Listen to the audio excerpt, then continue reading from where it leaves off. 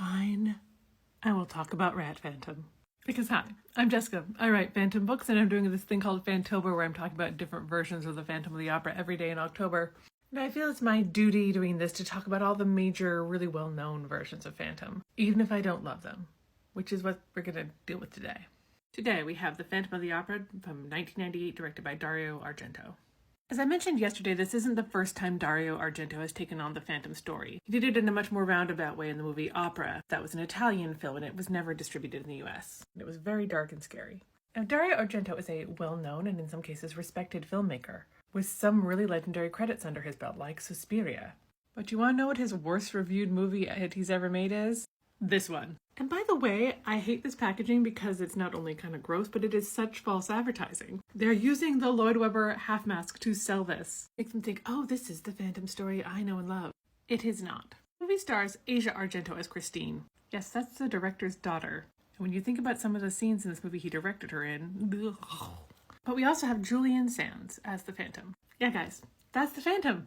He's just a normal looking guy. He's crazy and weird, but he's not deformed. He lives under the opera and he was raised by rats. It's kind of like the Penguin in Batman Returns, but not at all good. See, he has a special relationship with the rats. Very special. That's what makes him sort of a monster in this version. Yes, there's a scene where Christine catches him having like special time with the rats, and it's as awful as you would think.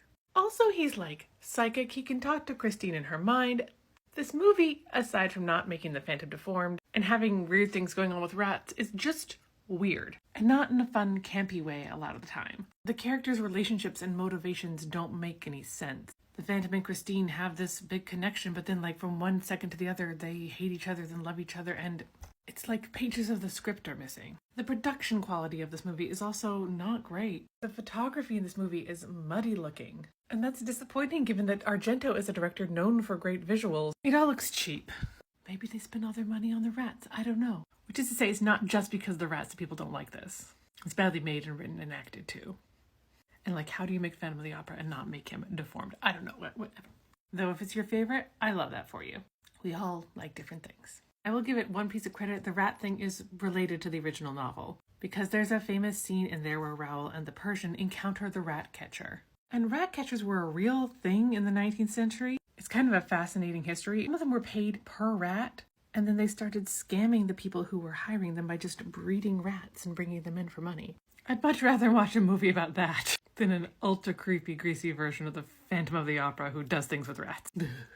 So I need to cleanse now. Let's talk about something like wholesome tomorrow, okay? Like Disney Channel wholesome.